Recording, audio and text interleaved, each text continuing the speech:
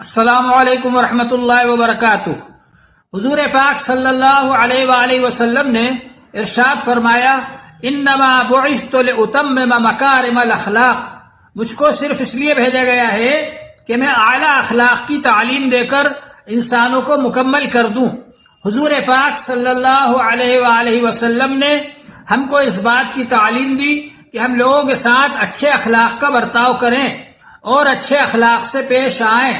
اور حضور پاک صلی اللہ علیہ وآلہ وسلم نے ارشاد فرمایا ہے، ان اکمل المؤمنین ایمانا احسنهم خلقا، یقیناً سب سے زیادہ کامل ایمان والا وہ شخص ہے جس کے اخلاق سب سے اچھے ہوں۔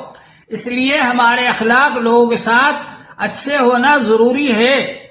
حضرت عمر رضی اللہ تعالیٰ عنہ نے لوگوں سے پوچھا کہ فلاں شخص کو جانتے ہو؟ ایک صاحب نے کہا کہ ہاں میں جانتا ہوں۔